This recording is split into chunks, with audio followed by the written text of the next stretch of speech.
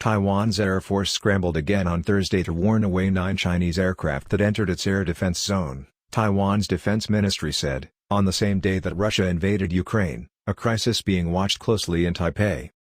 Taiwan, which China claims as its own territory, has complained of regular such missions by the Chinese Air Force over the last 2 years, though the aircraft do not get close to Taiwan itself.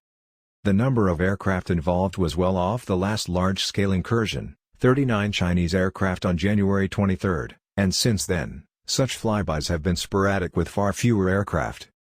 The ministry said the latest mission involved 8 Chinese J-16 fighters and 1 Y-8 reconnaissance aircraft, which flew over an area to the northeast of the Taiwan-controlled Pratas Islands at the top end of the South China Sea.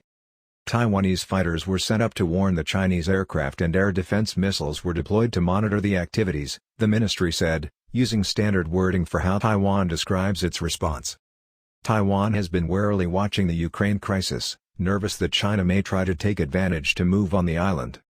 While Taipei has not reported any unusual movements by Chinese forces, the government has increased its alert level.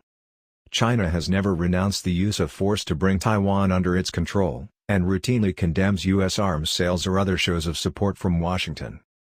Speaking in Beijing earlier on Thursday when asked about the new U.S. Indo-Pacific strategy, Chinese Defense Ministry spokesperson Tan Kefei reiterated that Taiwan was a core issue of China's and it would tolerate no foreign interference. "We urge the U.S. side to recognize the high sensitivity of the Taiwan issue, stop interfering in China's internal affairs and stop playing with fire on the Taiwan issue," Tan said. In the 12-page Indo-Pacific strategy overview issued earlier this month, the Biden administration vowed to commit more diplomatic and security resources to the region. On Taiwan, Washington would work with partners inside and outside the region to maintain peace and stability in the strait dividing the island from China, it said. Subscribe please for more news and fun.